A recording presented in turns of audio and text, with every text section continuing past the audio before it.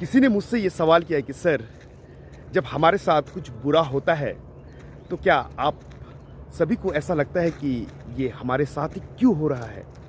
हाँ, बिल्कुल। जब हमारे साथ कुछ बुरा होता है तो अक्सर स्वाभाविक रूप से ये सवाल मन में उठता है, ये मेरे साथ ही क्यों? ये मानवीय स्वभाव है।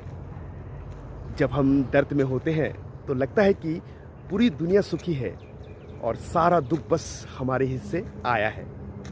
असल में हर व्यक्ति अपने जीवन में किसी न किसी समय कठिनाइयों से गुजरता है। बस हर किसी की कहानी और संघर्ष का तरीका अलग होता है। कुछ बातें हैं जो समझने योग्य है।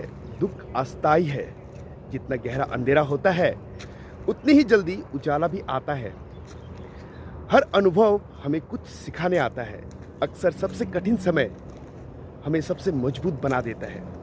सिर्फ हमारे साथ ही नहीं हो रहा है, दुनिया में हर इंसान कहीं ना कहीं अपनी लड़ाई लड़ रहा है।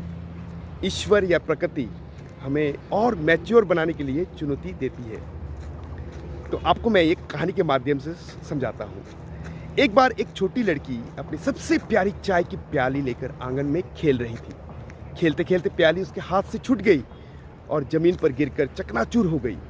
वो फूट फूट कर रोने लगी, मेरी प्याली, मेरी प्याली, मेरे साथ ही ऐसा क्यों हुआ?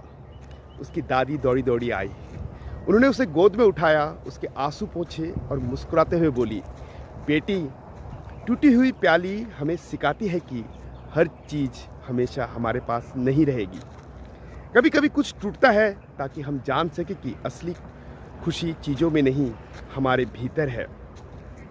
दादी ने फिर कहा, अगर आज प्याली नहीं टूटती तो तुम ये नहीं समझती कि रोने से कुछ नहीं बदलता, पर हंसने से दिल हल्का हो जाता है।